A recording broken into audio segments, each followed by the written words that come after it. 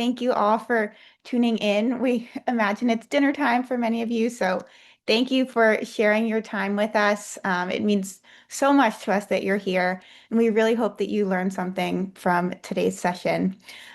Just to get started and introduce ourselves, I'm Jocelyn. I'm one of the three dietitians here with FODZYME. I help lead our clinical strategy and partnerships. Also with us tonight is Erin Judge, another dietitian here who supports our clinical support team, and then Rocky as well. So I will pass it over to Rocky. She'll start off the first section of our presentation, and we thought we would kick it off with a quick poll.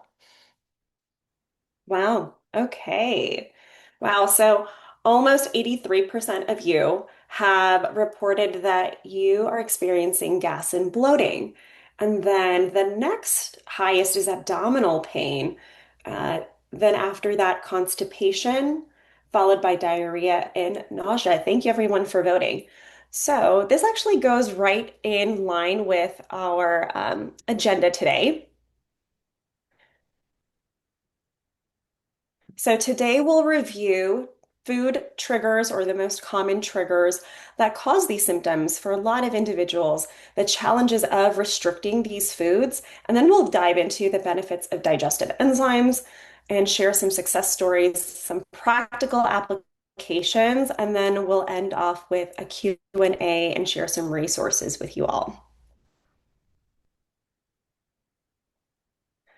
So, as you can see from the previous poll we just collected from the room, it's incredibly common for people to experience digestive issues. Among those with digestive issues, nearly 81% reported that they had these symptoms in the past week. So the word cloud is directly from a research study. And so when patients were asked what they believed caused their pain, food was by far the most common response, more than stress, medications, or any other kind of diagnosed condition. So it's clear that food is driving symptoms, but most people lack the tools to manage their dietary triggers. So for the rest of the presentation, we are going to cover why so many healthy foods lead to digestive issues. And the healthiest foods sometimes can be the biggest triggers, which is such a paradox.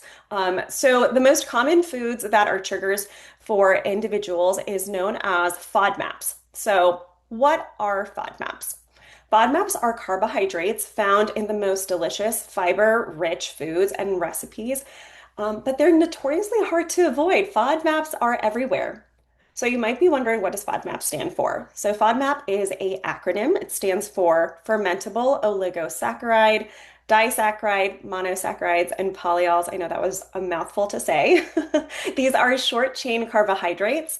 They are just indigestible or poorly absorbed by the gut for some individuals. They are found naturally in a lot of healthy foods, but for some, it can trigger gut symptoms like abdominal pain, constipation, excessive gas and bloating, like many of you, 83% of you in the poll did show that you experience these symptoms. And then for some, diarrhea when they reach the colon. Symptoms onset is generally 4 to 8 hours after the intake or consumption of these foods, which can make it a little bit harder to pinpoint what could be behind the triggers with that time delay. So, what are the most common FODMAP trigger foods? Well, most people have probably heard of lactose. That's the most famous of the offenders. Maybe you've heard of lactose intolerance, but a lot of individuals, 56% of individuals from a research study, were found to actually be intolerant to fructans. And fructans is actually found very commonly in wheat, onion, garlic. There's leeks, there's bananas. It's followed also by mannitol. Mannitol is present in foods like mushrooms or celery, snap peas, then followed by the lactans or GOS, which is present in a lot of legumes, chickpeas, even some almonds and cashews have galactans in them. And then, of course, lactose is in dairy products. And then a smaller percent of the population are intolerant to fructose, so present in foods like apples, honey, agave, cherries, figs, and then sorbitol, which is found in a lot of stone fruits, and watermelon, and even avocado. So we wanted to make this a little interactive. We thought we would test your FODMAP knowledge.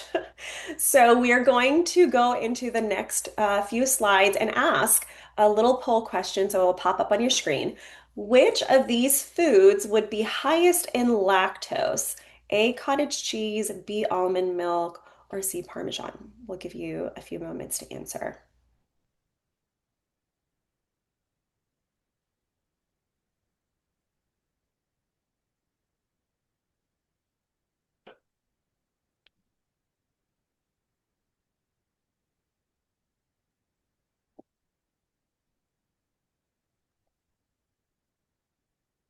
Okay, we've got a lot of great responses here. Give you all another 5 seconds, get your votes in, and then we'll reveal the results.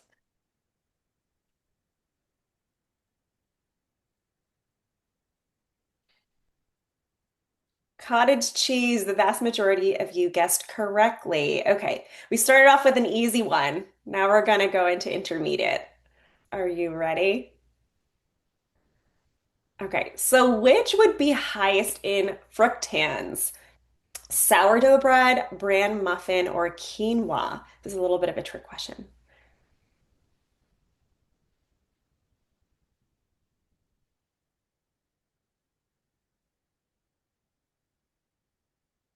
I'm excited to see the responses for this one. Seeing them come in live, it's very exciting.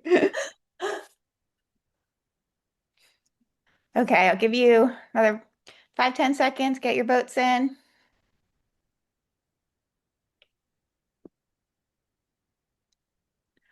All right, I'm ending the poll and let's reveal the results. Okay. So a vast majority of you did actually get this right. Bran muffin does have more fructan in sourdough bread. Actually, it is low in fructan, but it's high in gluten. And then quinoa does not have fructan. So we can go a little bit into why this was a trick question. So if you are thinking in the past, if you've ever tried sourdough bread, some people will find that they don't bloat as much. And the reason being is a lot of people will blame gluten, which is a protein. It's very famous, well known. I think a lot of people have tried gluten-free first, and maybe you haven't found digestive relief. And what that can sometimes tell us is that maybe gluten is not the culprit for your digestive symptoms. It could be fructans, which is that carbohydrate that's found in sourdough bread. So actually, in here, sourdough bread is high in gluten but low in fructan. And bran muffin, it's not from a sourdough starter, so hence why it's high in fructan. And it's also high in gluten as well. So I hope that helps answer that one. And then let's go to the next slide, the very last quiz question. This might be a little bit harder. Which would be high in galactans or GOS? Peanut butter, firm tofu, or chickpeas?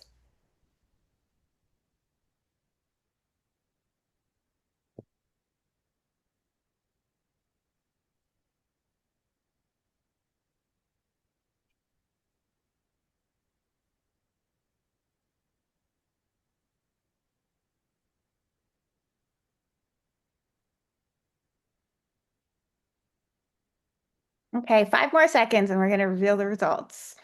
Get your votes in.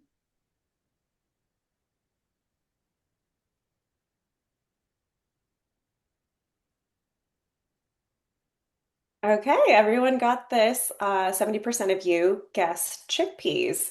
I think I might have given the answer away a little bit earlier, though. So, yes, chickpeas is the correct answer. Now, here's a little bit of a trick, though. Firm tofu, we just specify firm tofu as opposed to silken tofu. So, silken tofu is actually considered higher in GOS and galactans. So, it's very important to note the differentiation. Great. Okay. So, how do FODMAPs trigger symptoms? So, when we eat food, it usually gets digested and broken down into the stomach, and then it goes into the small intestine, and then later to the large intestine and colon. For some individuals, these carbohydrates pull in extra water and they may ferment in the colon, and that can release gas and increase some pressure. which can lead ultimately to bloating, pain, and irregular bowel movements. Many FODMAPs are healthy. They actually support something called short chain fatty acid production. So we're going to go into what that all entails in the next few slides. So many of you may have heard of the low FODMAP diet. Historically, the low FODMAP diet was prescribed for people who have these digestive symptoms. It's a three-step diet used to really help manage the symptoms of IBS. There's a phase of where you eliminate the foods that have the highest FODMAPs to assess if symptoms start to decrease or if there's symptom relief.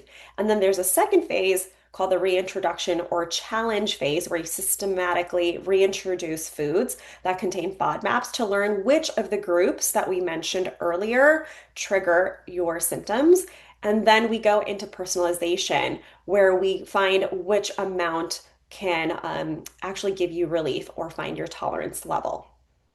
Now, there's a caveat to following the low FODMAP diet. It's very restrictive. We know that excessive diet restriction is not really great for the gut microbiome.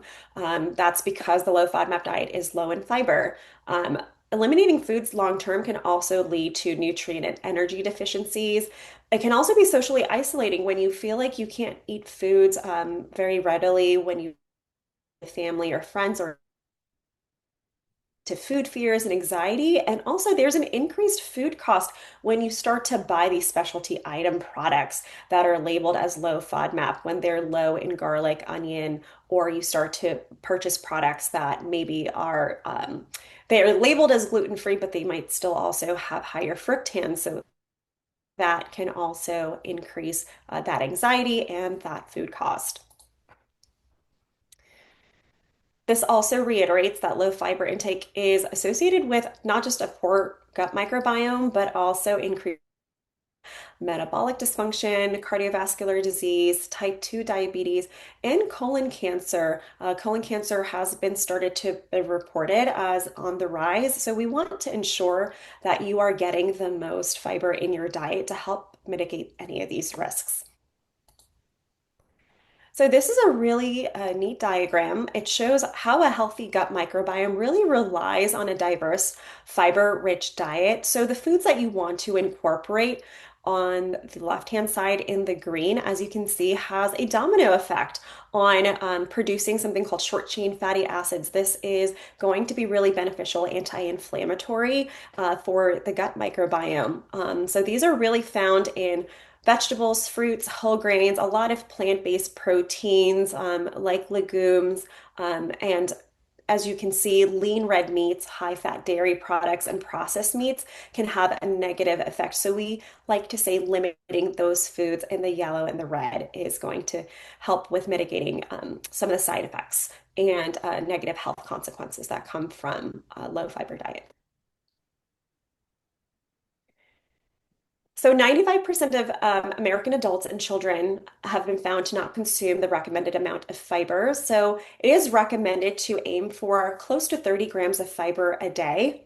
So what we have found is there's a lot of barriers to fiber consumption. A lot of people are going gluten-free or wheat-free and grain-free. There's a lot of diets out there like keto and paleo. There's a lot of confusion around good fiber sources, misleading labels. And so hopefully we'll be able to kind of cover those. There's beliefs that they don't taste good or expensive or they're complicated to cook, or there's this perceived negative the digestive effects that are coming from these foods and why so many individuals are eating a lower fiber diet. We found that increasing fiber decreases health risks. So just by increasing your fiber today by 10 grams, it will actually has been found to decrease by 10% in all-cause mortality. So I'll finish out with just kind of honing in on the last or next slide.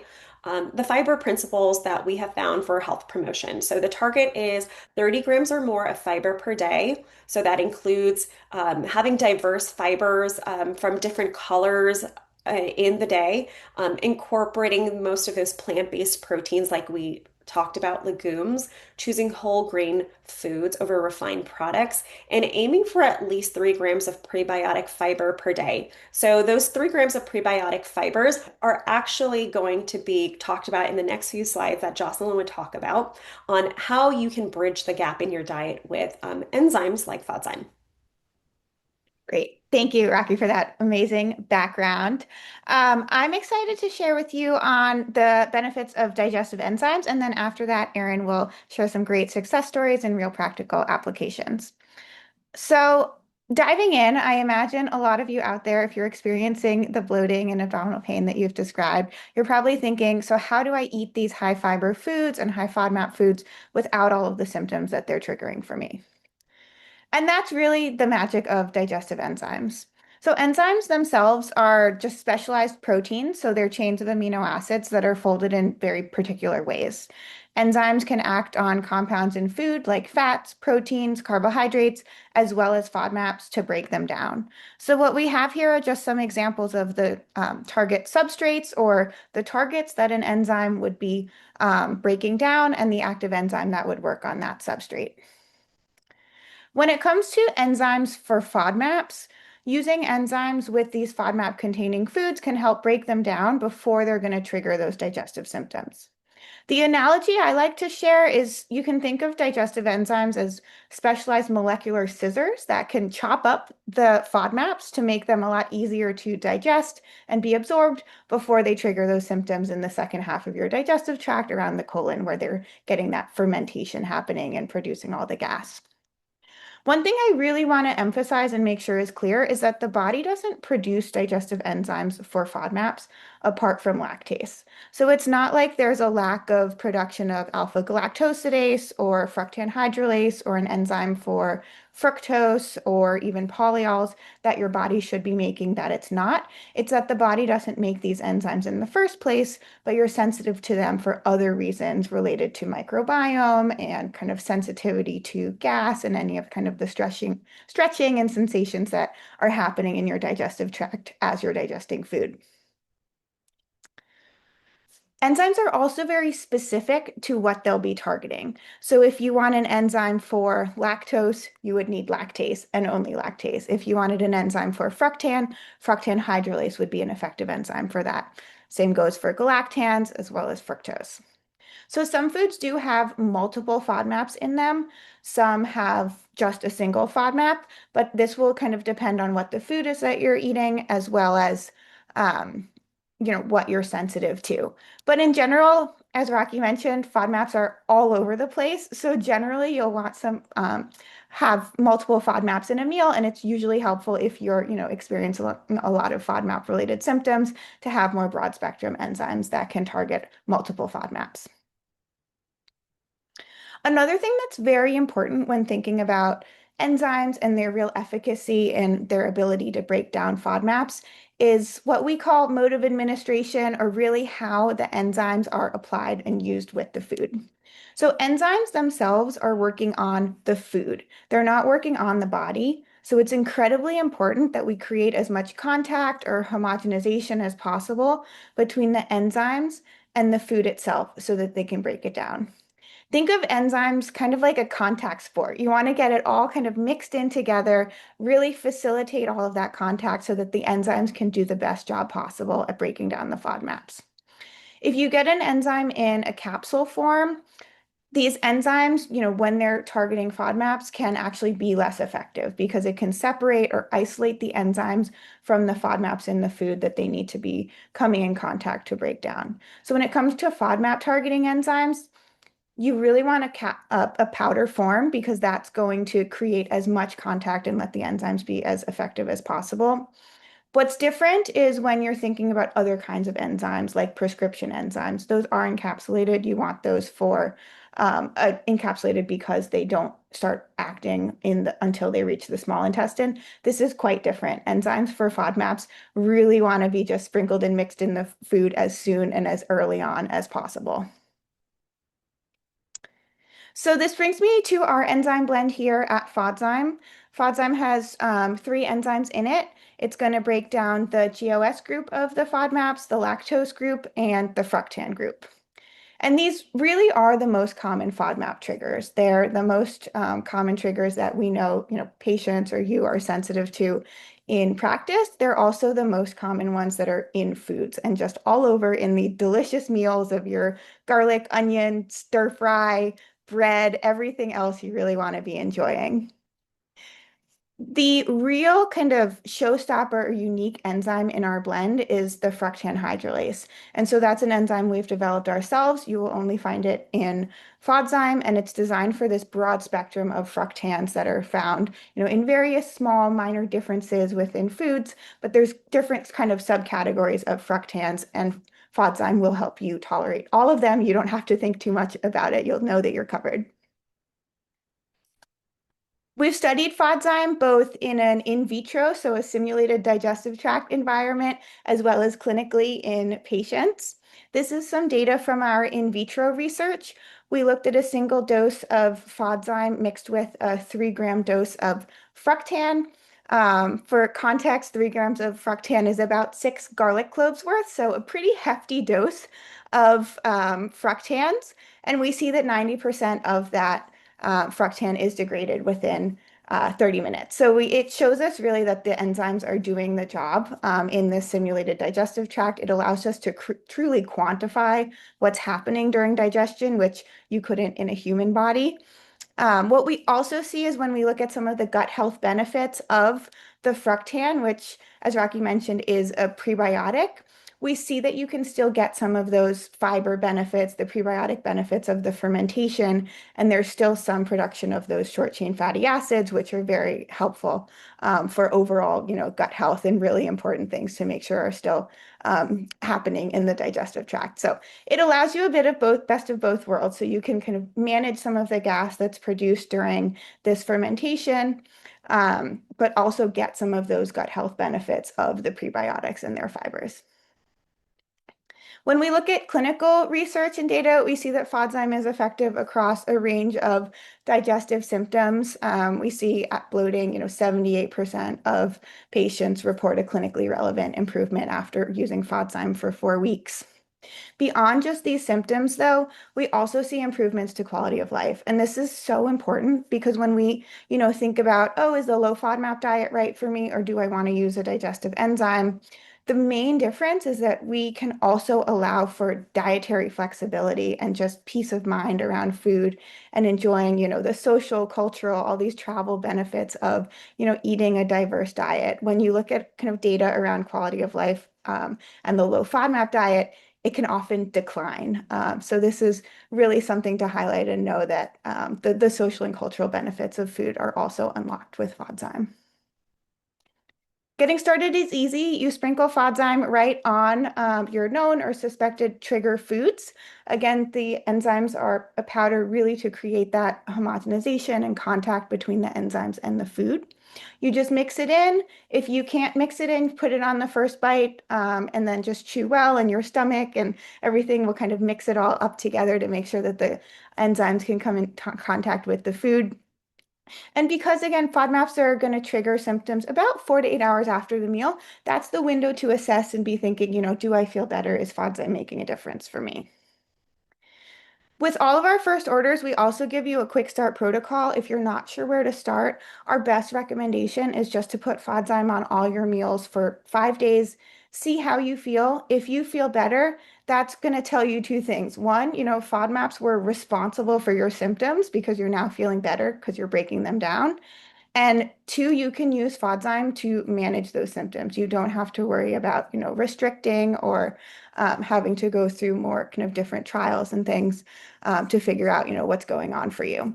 So if you feel better after those first 5 days, that's when you want to start thinking about, well, how did I feel after this meal versus that meal? And the meals that you're noticing the biggest difference in, those are probably the ones that contain your FODMAP triggers. And there we really encourage you to think about what foods are present, what about those meals, was triggering from a FODMAP perspective. And then, we've got a ton of resources and even a FODMAP scanner. And Rocky can always get on a call with you and offer support to help you really narrow in and figure out exactly what's driving your symptoms. But we don't want it to be too complicated up front. Enzymes are super safe. You just put it on the food, see how you feel, and that's going to be so informative to help guide your use long term. And speaking of long term, FODZIME can be used in a very diverse way. Some people use it every day for all of their meals and find that they're really FODMAP sensitive and they don't want to have to worry about, what foods have FODMAPs in them or not. Just use it widely. Some people, really identify with some of the trigger foods in this list. When those meals contain those foods, they know that they're going to use their FODZIME. So it's a very diverse tool. That's really one of, the huge benefits of it. Depending on what your lifestyle looks like, what you're hoping to get out of it, you can integrate it into your life in a lot of different ways. It's going to support better digestion by breaking down your FODMAP triggers. It can have all of those psychological and social benefits of it reducing a lot of food fear and anxiety around what you're eating, and just give you more flexibility to incorporate more foods that you're loving, more, of those high fiber, nutrient rich foods if you find you're really struggling to add more fiber to your diet, or you just want to go and travel and have a great, meal out and enjoy that with FODZIME. So there's a ton of different scenarios it can come into and help you with. It can do all of those for you. So with that, I will pass it over to Erin to share some real life stories about what this could look like for you.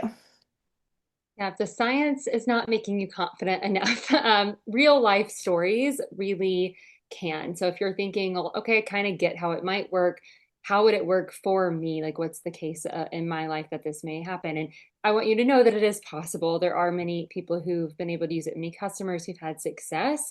And I'm also going to talk through a few patient scenarios that I've seen in practice as a clinical dietitian working with patients all the time, what I see in their lives and how I've been able to use it more clinically. So lots of patients have success, which is exciting. But let's talk about some of the practical and what that looks like.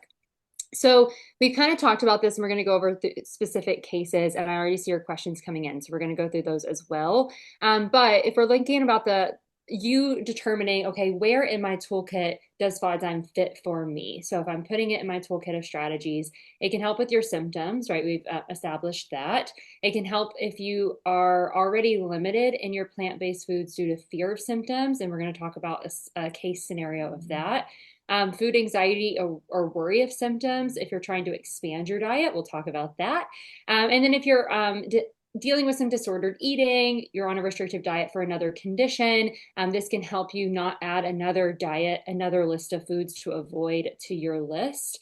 And then if you have low fiber tolerance, so if you're going from a really fiber poor diet, or it seems like any fiber that you incorporate, you're reacting to, more often than not, that is a FODMAP problem. And so this may help you slowly start building up fiber intake, regardless of if you're meaning to eliminate FODMAPs or not. So starting with a kind of case that is a typical FODZIME success story, if you have no idea where you're beginning. So this is a case where there were, consistent symptoms, persistent symptoms, diarrhea, bloating, and pain. And even though they went gluten and dairy free without any relief, and they tried a few things, really felt stuck. So it didn't really seem like it mattered if they were eliminating foods, if they were eating, if they were not eating. Symptoms were present all the time and felt kind of all consuming. So adding FODZIME in without having to go through a low FODMAP diet list, download another app, like carry the stress of what to eat or not to eat when symptoms were really loud.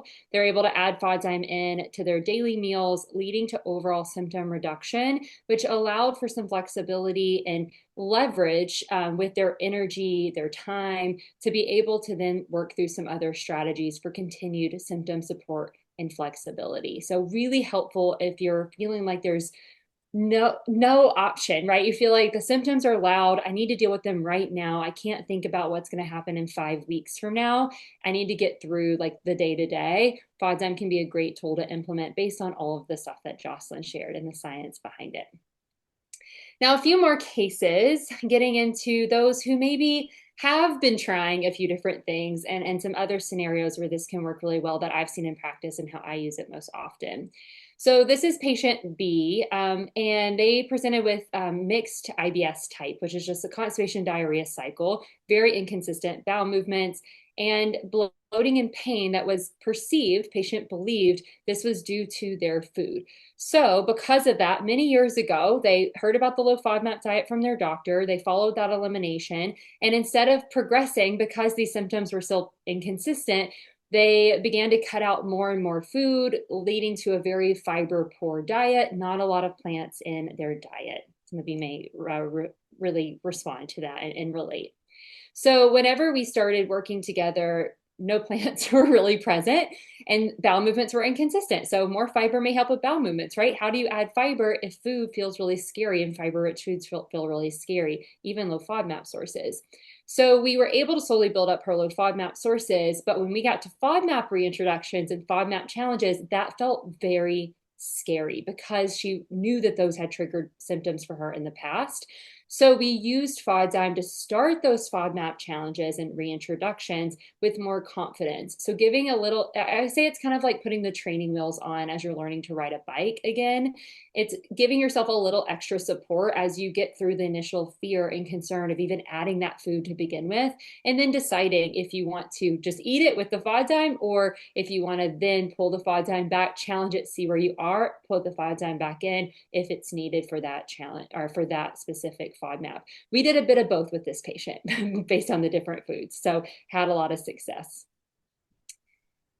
And that goes back to that low FODMAP diet that Rocky shared with you. You know, the old school way of thinking about the low FODMAP diet is this 3-phase process. You eliminate, you challenge based on this like really strict protocol, and then we spend many, many weeks building your diet, you know, personalizing it with those challenge results. You can still go that approach. That is definitely still available, and there are great resources out there.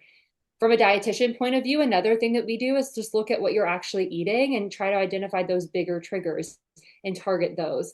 The FODZYME approach is kind of like the next generation of this approach. If you don't have that really strategic targeted care from a dietitian that's like going through all of the things with you, you don't want to go through a really long elimination and spend many months going through that process.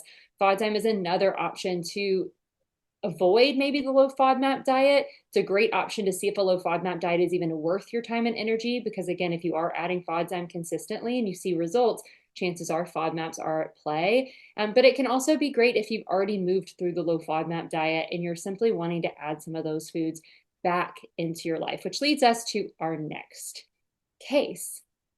Some of you, and I'm seeing in the Q&A that some of you know what your triggers are. Like you're pretty advanced in what you understand about FODMAPs and some of your food. And so this case was similar to maybe where you are or not. But this is my patient C, and this person had IBS-C, so constipation predominant symptoms.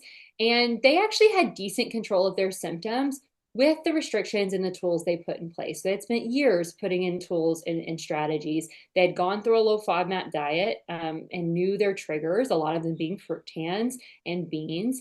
And so when we started working together, their biggest goal was to create more flexibility while still maintaining their symptom control. So they wanted their symptoms to stay controlled, but they wanted more flexibility with their traveling, eating out, and around holidays when things just weren't perfect, right? And so with this patient, we added FODZYME into her plan first starting the holidays. So she started with me around the holiday season. And the goal was, okay, I know how to make these low FODMAP holiday dishes, and like I'll make some of them, but I want to be able to eat the other traditional recipes. I want to be able to eat what everyone else is bringing to the table. So with this patient, we simply just added FODZYME in with the holidays when some of her routines were still in place, see how it went. It went really well. Then we built it into eating out in her social situation. So instead of her having to ask the waiter 50 questions and then, you know, planning out in advance what she was going to order off the menu, getting really bland food, we started pulling FODZYME in to help her expand some of the options she had there and avoiding the extra steps she had to take in some of those social interactions. And then we slowly built up to longer travel. And so her biggest result was she actually went to Europe with her and her husband. They spent 2 weeks all around Europe, and she was able to eat whatever she wanted, zero symptoms, and FODZYME was a huge part of that. She actually sent me a message kind of jokingly that Her husband actually had more symptoms related to the food than she did. And that had never been the case because she's this long-term IBS patient. He had nothing. But he did not have that extra support. And she was being really intentional with her choices. She also was able to utilize FODZYME and ate like croissants, pasta, all the things that she wanted to with success. And that's how we like to think about FODZYME. Maybe in day one, it's the only tool you're using and it's something that you're using on everything. As you move forward, or maybe even where you're starting now, if you already have a lot of tools in your toolkit, FODZYME is simply another tool that you can use. I like to think about it as like literally the tool belt, right? If you're going to be armed to face IBS, face chronic or persistent GI symptoms, it's important to know what all you can use in different scenarios because you might be triggered by a lot of different things. Day to day, your symptoms could shift based on how you slept, your hormones, how your stress is, how things are going on around you. And so it's really important to know what all your tools are. And FODZYME is one more tool that might be able to play a major role in how you're addressing symptoms related to FODMAP intake. It might also be a great tool you can pull in whenever maybe some of your other tools are weakened a little bit, or you just need more resources at play. And I know you've got some questions, so we'll definitely get to some of those.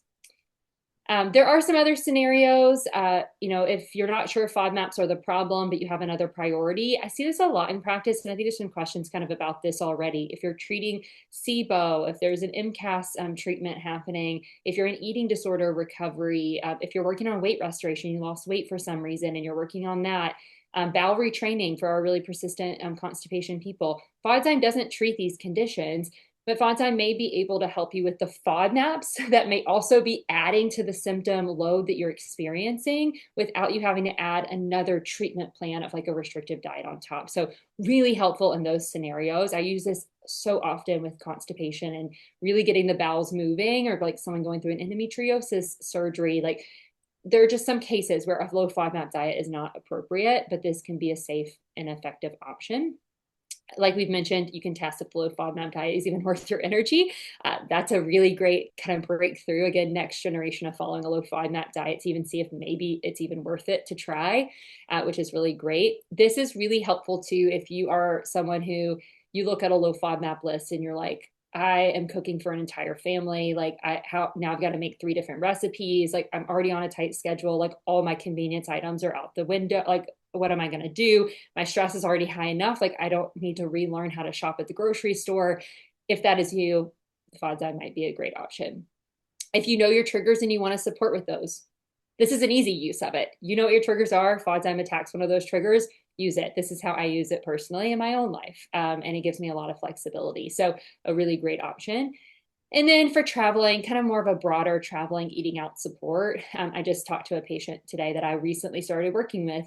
We haven't been able to get into the weeds of FODMAPs and all the other things. Like we're working at the ground level here. She's got a trip tomorrow, right? What do I do as her dietitian? I can't give her a list of FODMAPs to try to avoid at restaurants. We haven't had time to do all of that, but I could recommend, hey, take FODZYME with you, use it on your meals while you're eating out. Here's some big things to look out for, but like use it and then, message me and we'll kind of work through what we need to as you're going through your trip. So it can help a lot with like there's so many things you have to think about scenarios, which is travel, eating out, holidays, all of those different phases. So getting back to some of that practicality, there are some ways that you can get started. So the support protocol that Jocelyn mentioned that you get with a first order is this kind of 5-day plan. This is one great option if you are, again, starting, you don't know your FODMAP triggers or any of that stuff. You can just add it to all of your meals, snacks, smoothies, juices for 5 days. Learn if it works for you. So see if you actually see results over that period of time, which would show you that it's likely working, and then move towards a more targeted use. You don't have to stay there forever. That's a question already coming through. You don't have to add it to every single meal forever. There's a way to blend it and target it so that you're using it really effectively in your diet, which might be daily, it may not be, depends on what you're eating and what you prefer. If you have no idea what your triggers are, that's where you want to start.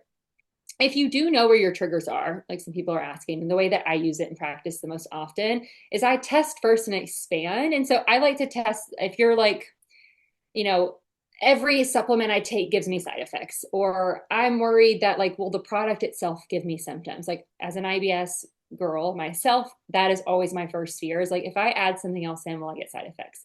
Side effects are usually very minimal with FODZYME itself, but you can actually test this with one of your safe meals. A meal you normally eat, you can test just how the FODZYME goes on. It's a great way to test the texture, kind of get yourself comfortable with it. You can test it at a small dose, but test it with something that feels safe. So you know, hey, this feels okay for me. Then you could add a smaller dose of FODMAP. So a small, what feels like a safer introduction, maybe like a little garlic powder sprinkled on versus cloves of garlic. Then a recipe with more FODMAPs, or what I love to do is take out in your home controlled environment. So if your goal is flexibility, you may not want to just start this on your long trip where now you don't know how this tool is going to work for you.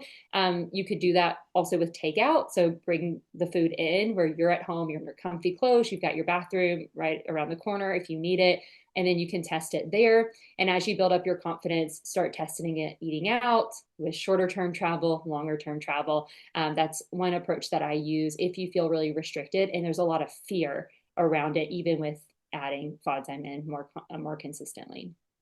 So what are the expectations? You know, this is not an IBS cure. This is not here to cure all symptoms.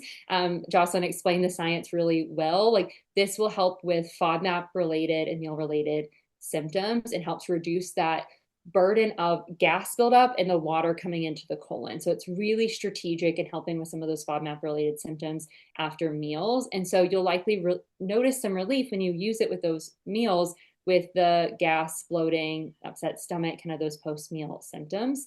And then side effects are rare. And so you can test it a few times. Again, test it at a lower dose if you're concerned. One thing to consider is some people, if you're in a more restricted place, so if you're eating all the FODMAPs, all the plants, all the fiber already, you're likely one that may be able to add FODZYME and not really see any negative effect. You're probably just going to see the positives if you already have a lot of gas buildup. If you're pretty restricted in your diet and you're using FODZYME to expand your diet and add new foods in, FODZYME is going to help support the FODMAP activity. You may still have some very mild symptoms as your gut is now adjusting and adapting to those new foods. Like any person adding in new food, building up their fiber intake.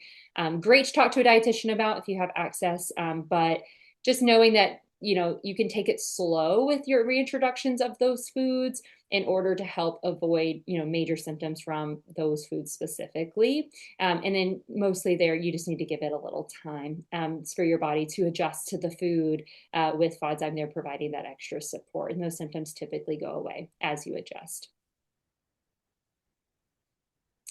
Right. So if you feel a little overwhelmed and you're like, well, that's too many different options and I don't know where to begin, the good news is you actually get support when you purchase FODZYME. So I'm going to pass it to Rocky, who's going to share a little bit more about the customer side and what support is available to you. Thanks, Erin. So I saw some of the questions trickling in, and I can tell some of you might be nervous to start introducing foods into your diet, maybe that you have been avoiding for years. And so here at FODZYME, our goal is to help you feel confident in using FODZYME. So my role on the dietitian team is to provide you with product onboarding support to so this helps you kind of, eat more freely with less food worry. We're really just here to help you feel and support your FODZYME experience. And we want you to see that you're not alone. So if you love this webinar conversation today, it doesn't have to end here. When you purchase FODZYME, you'll actually get access to our dietitian-led group consultation sessions. They are included with so that you can kind of join a live call just like this one. And this is where you can continue to ask questions and learn alongside others on the same journey. So I'm going to pass it over to Jocelyn. So she will share the next steps on how you can get FODZYME. Thank you. Yeah. So to everyone out there, if anything about this resonated, it sounds like maybe FODZYME can help you. We hope that you'll give it a try. We've got two great formats of FODZYME. So one is our home kit. There are 60 doses in this jar. It comes with a little 1/4 teaspoon scoop. It's generally for home cooked meals. You just sprinkle it right on, 1 scoop per meal.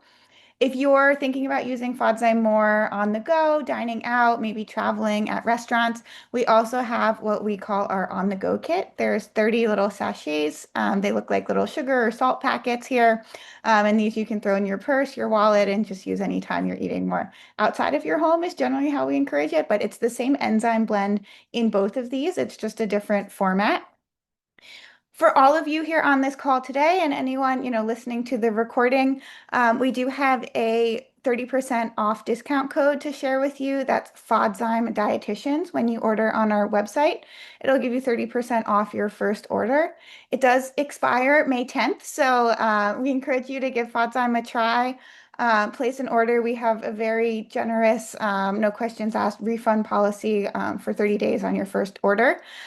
So we really hope that FODZYME can help you, but if it's not the right tool for you, we also want to help you find what's right for you, which is why we have so many dietitian resources and really want to be friendly faces and out there to support you on this digestive health journey, which we know is so complicated and quite challenging. So with that, we would love to answer many of the fantastic questions we're seeing in the chat here. Um, Yeah, that's for me to do. And while we do these questions, I will also put in the chat a link if you guys want to go to our website and place an order with that discount code. So it's super easy and ready for you. Okay. So there's a great question of this product has really helped me with onions and garlic. We love to see it. Even though I add the powder, I still request no onions or garlic at restaurants. Do I need to do that? Rocky, I'll let you take that one. Oh, that's a really good question. So, actually, with the help of FODZYME, you would not need to ask for them to remove the onion and garlic from your meal. The goal of FODZYME really is for you to be able to enjoy foods more freely. So we encourage you to start taking FODZYME, whether you have the on-the-go stick packs, that's probably the perfect one to put into your wallet or your purse as you're going out to eat. Wonderful. There's a question about can you take enzymes for FODMAPs as well as other enzymes like Creon or even other over-the-counter enzymes? Jocelyn, do you want to take that question? Yeah, sure. It's a great question. It's a little bit of what I alluded to, I think, talking about, where FODZYME is acting and why it's a powder. Um, FODZYME is quite different from these other prescription enzymes because its goal is just to break down the FODMAPs, which again, the body's not producing these enzymes. So when it comes to prescription enzymes, these are trying to make up for something that the body's not producing. And they work in the small intestine, which is where you would normally be secreting enzymes. So those prescription enzymes are going to be working in the small intestine after FODZYME has already broken down the FODMAP. So it's very safe to take those two together and it doesn't impact FODZYME's efficacy. We also sometimes get questions around using FODZYME like with a PPI or a proton pump inhibitor. The thinking there too is that, there's nothing to suggest that there would be an issue with using FODZYME and other tools like that. The goal of the PPI is to just reestablish normal digestive conditions, which is exactly what FODZYME is designed to act in. FODZYME even actually favors the slightly acidic or gastric environment of the stomach. So the enzymes love working in the stomach. That's what they're seeking and really thrive in. Wonderful. And Jocelyn, I want you to cover this question as well. What about heat? So they said, I know that FODZYME, it says that I need to let the food cool before putting the powder on. Is there an exact temperature? And someone else asked about, can you add it to coffee? So hot liquids. Yeah, absolutely. Fantastic questions. So the enzymes as proteins will denature at very high heat. The rule of thumb we generally share just to make it easy is, if the food's going to burn your tongue, it's also too hot for FODZYME. So once it's a cool enough temperature, it's fine to put FODZYME in, mix it into, whatever it is you're going to be eating. You don't want to cook with FODZYME. That is a temperature that's too hot and it will denature the enzymes. The technical temperature is 140 degrees Fahrenheit if you happen to be testing your food and want a real metric to go off of. And then Rocky, thinking about dosing, should one dose be enough for an entire meal, including a dessert? Should I add another dose if I'm adding on a dessert? Very good question. So in this case, I would recommend using one dose for your main meal and then one dose for the dessert. Larger meals that carry over into appetizers and desserts in conjunction with your main meal will likely need more doses. Everyone's tolerance levels, of course, are different depending on how sensitive you are, but we always like to say start with one dose for each meal, each snack, each dessert, each beverage if it's like a smoothie or a green juice, something like that. So that way all of your bases are covered. And then you can always kind of titrate the dose based off of what your findings are. Wonderful. Um, we've covered the ingredients. What about the changes of texture? So someone's asking, like, well, does this change texture, especially for different soups or purees? How about you take that one, Erin? Because you're quite the FODZYME user. I use it all the time. Yes and no. So I think it would be wrong to say it never changes the texture because it is a powder, and I will show you how to use it because I do have it right here, and my husband brought me some hummus to show you guys. So what I'll say is that it is a powder.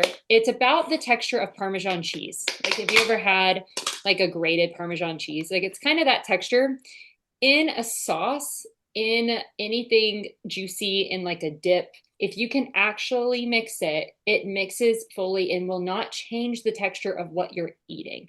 So it's not going to like thicken something that you're eating. Some things, if it's like an oily based, like a dressing, it might clump a little bit, but you're not going to notice that very well. If you are a texture averse person, and you really do not want to see it, you do not want to notice it's there, then I recommend that you really mix it with things that are creamy that you can blend it into. So if there is a sauce, so a salad's a great example. Mix it with a fork in the salad dressing before you put the dressing on the salad. That's a good option beyond like just sprinkling it on the salad if you want zero texture there. A pizza is another great example. You can just sprinkle it on the top of the pizza. You might notice it there if it's just sprinkled on. What I do is I take my hand or like a paper towel, just kind of pat it into the pizza and it pats in really well. So it will not change the texture of what you're eating. You may notice it. There are ways to blend it and get creative with it. I also find that mixing it like a little at a time, so like in a wrap or something like that, burrito, empanadas, like all the things I typically add it to, I'll open it up, sprinkle a little bit, eat it. There's less of that bulk of the powder. I don't notice it, sprinkle a little bit, eat it, kind of dose as I go. And I find that that works really well for the texture. Now, flavor, there is none, but I'll show you exactly how it works because I know that's a good question. So I've got just like a cracker. Oh, like a blurry background. Here you go. With some hummus, my handy little travel pack. And they work the same way, like it's the same powder that's in both. So you get open it. And so whenever you sprinkle it out, so you can you get a little creative with it, but you learn how to kind of like tap it as you go. Just open it a little bit so you don't dose it all out at the same time, but you can just lightly sprinkle it on. So you'll see, if you can, because it's the same color, it's like there's still a little bit of powder. So if I put my finger on the top of it, it's going to come out. But if I mix it in with a spoon, you don't have to do this with your finger. Fingers clean. Now it's just the hummus, right? Completely mixed in. So that's how it works. And then you can eat it. And nothing changes in terms of the flavor. A great question. Fantastic. Thank you, Erin. Okay. We kind of talked about this already, but I know, Jocelyn, you mentioned the surface area matters. So like getting it on as much as possible does matter. Rocky mentioned we want to add it to all the different things as we're getting more comfortable with it. If there's a lot of different appetizers at a party, is it important that it has to be added to everything? Or if it's added to maybe the first few appetizers or only like half of the appetizers that you're eating, will those enzymes still meet up with the rest of the meal later on? Yeah, this is a great question as well. So for any kind of situation where you're, say, grazing, maybe tapas or a little appetizers kind of situation, we want you to use it with your first few bites, certainly. And then depending on how much you're eating and how long that is going, consider that FODZYME will be active generally in your digestive tract for the next 30 minutes. So if you've put a full dose on, your first few bites, you're generally covered for what you're going to eat for the next 30 minutes or so. If you wanted to play it really safe, even think of it in like 20 minutes. Um, if you're going to be grazing for the next, hour, but it's not a full kind of heavy meal, maybe you use half the dose on, those first few bites, 20, 30 minutes in, you start putting the second half of the dose on whatever, is your second round of tapas or appetizers. Um, that's really going to ensure that there's always active enzymes in your digestive tract that are ready to tackle the FODMAPs as they're coming in.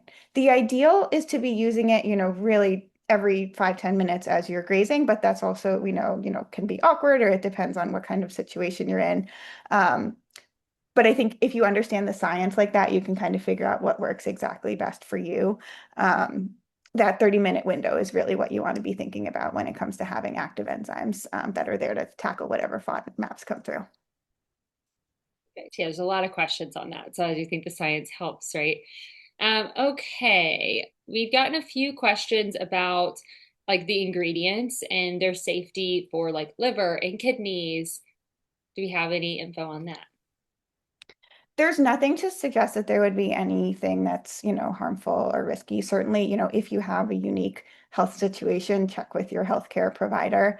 The enzymes themselves are safe as just proteins. And then we use a tiny bit of non-GMO maize-derived dextrin to stabilize the enzymes. It's actually really important that that dextrin is there because it ensures that the enzymes don't just denature, it gives them a very long shelf life. Enzymes really need this. And dextrin is generally very well tolerated and just kind of a little bit of extra fiber. There's a lot of questions about SIBO. So I'm happy to cover that one. So this is not a treatment for SIBO.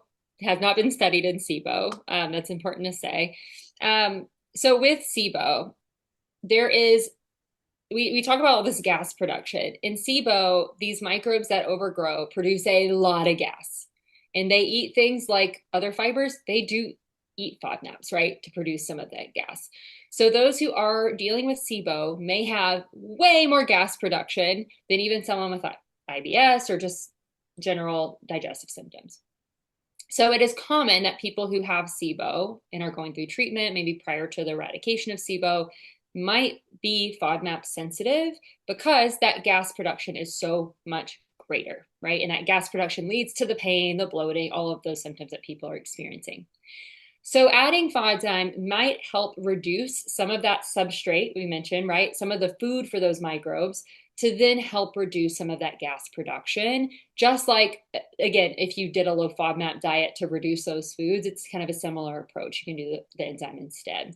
It's not going to eradicate the SIBO. It's not going to take it away. It's also not going to negatively impact a SIBO treatment. So it's not going to negatively impact antibiotic use, herbals, any of that stuff, because the enzymes are not directly like interacting or feeding those microbes. If that makes sense. It's not like a probiotic. It's an enzyme. So for a SIBO patient, again, it's not like it's a treatment, but it can be effective if you're dealing with FODMAP related symptoms, a lot of gas, a lot of bloating after meals that may contain some of these foods.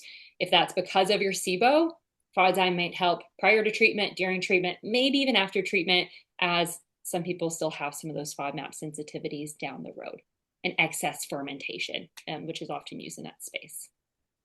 All right, final question for one of you guys. I'll let you decide who wants to answer. Someone said a little birdie might have told them that there might be a polyol. So we're talking about all the other FODMAPs, but we're not talking about mannitol, sorbitol. And they said maybe FODZYME is releasing a polyol enzyme. And what can we say to that? The rumors are true. We have developed a product for polyols. We've released it in a very small batch, just to kind of a select audience. If this is of interest for you, definitely keep an eye out. We'll have more that we produce very soon. We're, just starting kind of small to make sure that everything's going smoothly. But it is very much a FODMAP that we're really committed to developing a solution for. We know how important those apples and pears and all the delicious high FODMAP polyol foods, mushrooms are to folks. So keep an eye out as soon as we have, a larger and, bigger announcement to share on a polyol solution. You'll certainly be among the first to know. And if people are asking to go back a slide to show that URL for the FODZYME discount, you also put it in it's also Sure. Yes, it's in the chat if anyone wants to find it too. Um, Great. Well, thank you all so much for joining us tonight. We hope you learned something. You can always reach out to us at hello@fodzyme.com if you have any questions for this. Expect to receive an email with the link to the recording too if you want to review any of the information that we shared here. And with that, we'll say thank you and wrap up tonight. You all for joining. I look forward to seeing some of you on the onboarding calls after you purchase FODZYME. We're here to help and support you on this journey so you have the most success. If you have any other questions, please direct them to hello@fodzyme.com. If nothing got answered today, we can absolutely still help help you. So direct it to hello@fodzyme.com. Have a great night, everyone.